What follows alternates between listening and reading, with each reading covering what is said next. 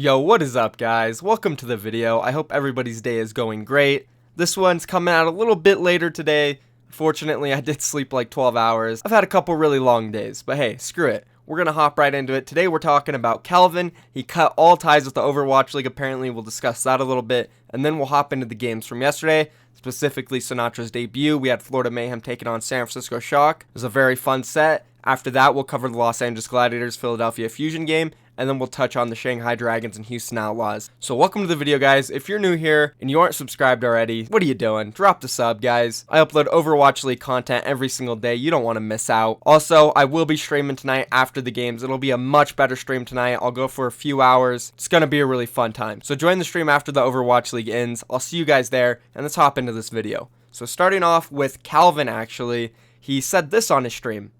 Any thoughts on joining OW? So, mid-season signings, what's the word?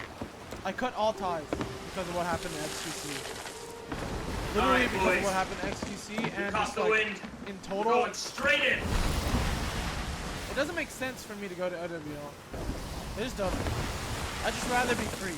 So it seems like the XQC situation is definitely affecting how Calvin thinks about the Overwatch League, and if he'll ever join it. So Calvin's personal opinion on the matter seems like he's really on XQC's side and thinks that XQC was mistreated by the Overwatch League, which is definitely fair. I believe the Overwatch League mistreated him as well, especially how they labeled him as a racist. So I definitely can see how it can scare anybody who is kind of an outgoing personality, someone who will say what they think, what they want at any time. I wouldn't say it's taking away your freedom of speech, but it kind of is, and that's how Calvin feels. He wouldn't want to be restricted. Say he drops one R word. What, is he going to get fined $4,000, and then if he does it again, is he going to be suspended? Now, of course, XQC did multiple things that warranted a suspension, obviously. But still, it could definitely be scary to a player who wants to say whatever they want usually, especially on their personal stream, and then have it come back and bite them in the ass. He also mentioned at the end of the clip, there's no reason for him to join the Overwatch League. It doesn't make sense, and I completely agree.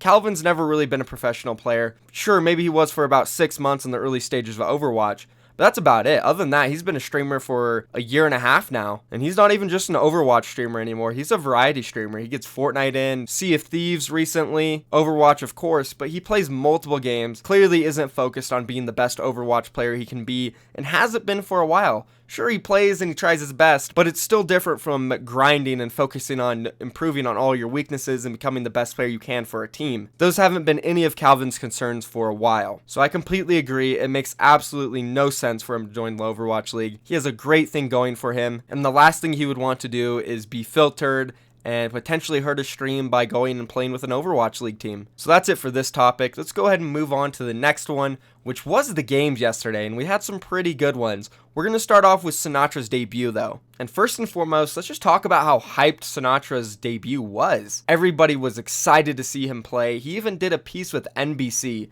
Pretty crazy. Everybody had their own expectations, but mine personally, I made them clear. Sinatra was never going to come in and just completely destroy everybody, and he also wasn't going to come in and fall flat on his ass. And there definitely are a lot of people who have their strong opinions about this. Some are saying, wow, Sinatra, what a waste of 150K. The guy played awful. And some are even really defending him and saying he played great. And then there's a lot of people in the middle like me, who expected him to come in, play decent, nothing crazy, nothing awful, and now what it's about for him is just improving, becoming more consistent in the league, and becoming more comfortable being on that stage. So one thing we need to really remember and understand is that when Dante came into the league, he was underwhelming as hell. He really didn't do anything, especially in his debut. He looked like one of the worst players on the team, if I'm being honest. And comparing him to a player like Baby, it seemed like Baby was the only competent DPS on that team at the time. But as he played more and more, we got halfway through stage 1, he was improving a little bit. We got to the end of stage 1, even more improvement. Stage 2, he really started to come into his own, and he honestly became one of the best Western Tracers. And if we look at the Florida Mayhem's Logix, he did the same exact thing. Logix was not good at all when he started in the Overwatch League. He did absolutely nothing for his first 5 to 7 games. Then he started improving, and by the time we got to stage 2, the guy is the best Western Tracer in my opinion. He's been performing out of his mind now for about 6 games in a row. He hasn't been stopped by anyone. I'm definitely excited to see them go up against the New York Excelsior and see if he could hold his own up against SBB, because that's going to be the real challenge for Logix. And if he can do that, then he proves to me that he is the best Western Tracer. But that's enough talk here for Sinatra's debut. Let's go ahead and talk about the games a little bit and how they kind of integrated Sinatraa in the team, which is where I kind of feel San Francisco Shock may have failed a little bit. Let's start off with Volskaya, and it would kind of make sense to run Sinatraa and Dante here. We have seen BabyBay recently start to play some Tracer on Volskaya, and it's just a really good map overall for the Tracer and Sombra. Sure, you might need a Soldier or Widowmaker at times, which BabyBay really is good at, but in general, I think it's a good map to go ahead and throw Sinatraa on. Unfortunately, though, it didn't really work out at all. They got first held, they weren't able to take that first point, and previously we have seen BabyBay play that Soldier on their first attack, and they usually take one side of the high ground, poke them down, and eventually will get it. So maybe BabyBay would have been better in that scenario, but still, I think playing Sinatraa here was fine. Moving on to the second map, we had BabyBay playing the Soldier on Nepal, and Sinatraa in on the Tracer. So this was the first map that Dante didn't play in the Overwatch League so far. They ended up taking the map, they looked pretty good, the Soldier was nice, and all was dandy. We then moved on to the third map, the series was tied 1-1, it was King's Row, and this is where I thought it was a bit questionable. I think Genji Tracer is definitely a good comp, but for King's Row, it's probably one of the worst comps you can run on this map, especially for like attacking first point. If the defense is played correctly, they can easily maneuver around the high ground running the Widowmaker or Risa strategy. Fortunately though, for San Francisco Shock, Florida Mayhem decided not to run that comp that they were so good at before, and they're kind of on like a diving Junkrat comp, which I definitely think they would have been better off running the other comp, and because of this, San Francisco got a good attack off. I think against another opponent, they'll probably be more prepared for this Genji Tracer strat on King's Row, and they'll easily shut it down. King's Row is also another map where you can really run a hit scan, a McCree, a Soldier, a Widowmaker. We see a lot of teams do that, especially again that first point defense with the Widowmaker.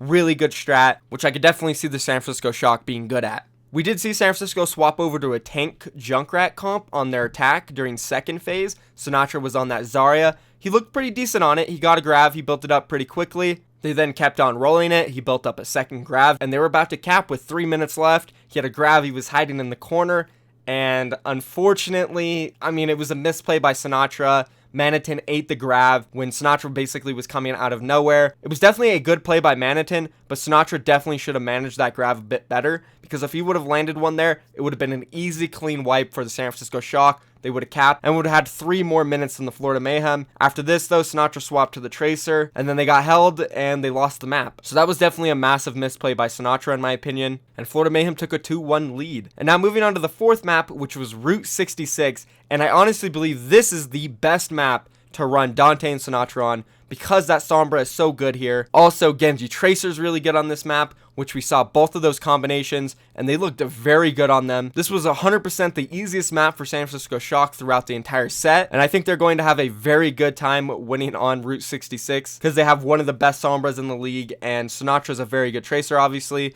better than BabyBay, so now they don't have to force BabyBay on it, and they're going to look great on this map. They took it, and we moved on to the last one, which was Ilios, and just like King's Row, the San Francisco Shock, they honestly threw this map. They were up at 99-0 basically, and they won the team fight. Somehow though, they let the Florida Mayhem come back, trickling in like one by one. Manitin somehow got a kill on Sleepy, and it was just a ridiculous throw by San Francisco Shock. It really, all they needed to do was play together and focus on a target, and they would have won it. But I think their communication just fell apart, as it always does in these situations. I thought maybe that Dak was out, it would change, but they got first held on Volskaya, then the King's Row situation, and now on Ilios. It seems like they just throw so much. They really need to work on that and figure out what the problem is, because if they do that, they'll be a very good team. Florida Mayhem ended up taking the set 3-2. It was a really exciting and fun set to watch, and honestly, Logix has been the MVP for this team for about the whole entire stage now. This guy's playing out of his mind. Without him, they honestly wouldn't be winning any of these games. Sure, Tavik's been playing good too, but just not near the level of Logix, and not as consistent as Logix either. So that was it for the San Francisco and Florida Mayhem set. Let's move on to the next one, which was Philadelphia Fusion and Los Angeles Gladiators. Now, Los Angeles Gladiators, they definitely underperformed overall in this set. Everyone on their team besides Fisher, I feel like they kind of choked. The DPS were nowhere to be found. Bishu was nowhere to be found. The supports, Shaz wasn't getting picks like he usually does. As for Big Goose, it's kind of hard to tell what he was doing. Fisher, though, seemed like the only one who was doing his job. He was creating space. He was still getting kills, but there was just no follow-up. Nobody was getting kills after him. Sure, it was somewhat of a close set. It could have gone to game 5. Route 66 was a nail-biter, but there also was Hanamura and Hollywood where the Los Angeles Gladiators just got absolutely smacked. And dude, Carpe's Widow is so good. One of the best in the league. Before I had him at top 3, it was Carpe, then Fleta, then Birdring. But now, honestly, Fleta's really been slipping. I haven't been too impressed with him all stage. And I'm willing to say Carpe is the second best Widow in the league, with Birdring being number 1. And that's a close race between Birdring and Carpe. That's a duel I want to see personally, and would definitely determine who the best Widow in the league is for me. And also, now that they have Snillo, and we've seen how good he can be, the Philadelphia Fusion, I think they're the best team at integrating players and knowing when to play them on what maps. It can really throw a team off guard. Like, honestly, who expected Snillo to come in and play Tracer on Hollywood and Carpe to play Widowmaker full time? It's a really good Genji map. They have EQO and Shadowburn, arguably 2 of the best Genjis in the entire league, and they don't run either of them. They have Carpe on Widow and Snillo on Tracer full time, and it worked so well. You just never know what roster they're going to run, and this really throws a team's preparation off. And it would make sense because the Los Angeles Gladiators really are a team that likes to focus on playing crazy strategies that other teams won't expect. But also, for these strategies for the Los Angeles Gladiators to work, they need to know exactly what the Philadelphia Fusion are going to run and how they're going to play in order for them to work properly. So here's an example. We've seen the Los Angeles Gladiators play Doomfist on Hollywood, right? And the reason they're running this is because they are expecting that the other team is going to do a certain playstyle or comp where Doomfist is really good against it. They're not just running it randomly because they think Hydration is a good Doomfist.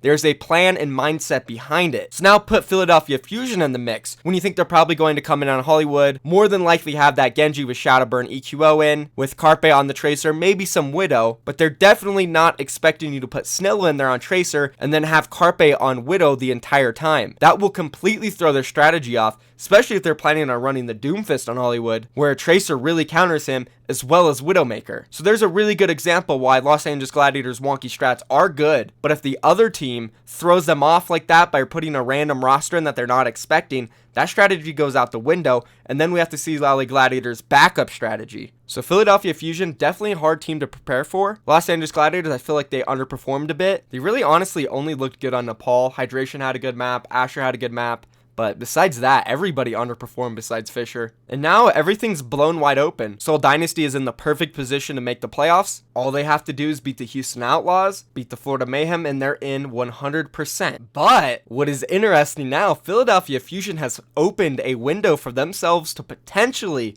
make the stage 2 playoff. I knew this was a possibility, but I didn't bring it up in my last video because I really thought the Gladiators could win that set, and I really believed that Seoul Dynasty wouldn't lose a set. But if Seoul Dynasty drop a set, Philadelphia Fusion could be that 3rd team in the playoffs. Right now, if we look at the standings, they're plus 11 on maps. Yes, Philadelphia Fusion have played 9 maps. Seoul Dynasty have only played 8, but that does not matter. If Seoul Dynasty loses a set, they'll be 6-3, and Philadelphia Fusion will have more map wins because Seoul Dynasty can only lose maps if they lose a set. So there is a very real chance that Philadelphia Fusion make the stage 2 playoffs, guys. Philadelphia Fusion, they have the Los Angeles Valiant. If they take this set, they put themselves in that position where if Seoul Dynasty loses, they're in. And again, Seoul Dynasty, they just need to show up. They need to perform against the Houston Outlaws and Los Angeles Valiant. If they win both sets, they're in 100%. If they lose one, yikes, it might be over for them. So very interesting there. Let's go ahead and move on to the last match of the day, which was the Houston Outlaws taking on the Shanghai Dragons.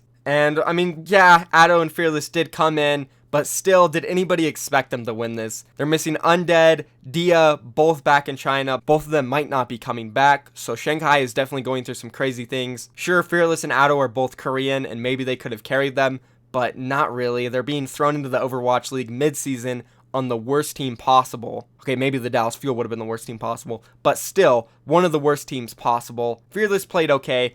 Definitely a step up from Roshan. Even though they got stomped, he still looked competent. As for Addo, he definitely underperformed. I didn't see anything good out of him. But again, like, you know, it's the Shanghai Dragons. Give them a few more games. Give them a stage. They'll definitely probably end up winning a set. And there's not really too much to talk about here. Jake played the Junkrat and just destroyed them. Overall, Lynx are cool, Matt, Muma. The whole team looked great, but it's the Shanghai Dragons. Houston Outlaws have a big matchup against Seoul Dynasty today. If Houston Outlaws is able to win that, that's a huge match for them. It'll definitely give them their confidence back, and we can expect them coming into Stage 3 looking for more blood. But that's basically it for the video today. If you guys are new here, please drop that sub, drop a like. I upload Overwatch League content every single day. As well, I'll be live on Twitch. Click the link down below. Come hang out after the games tonight. And I'm out of here, guys. Peace.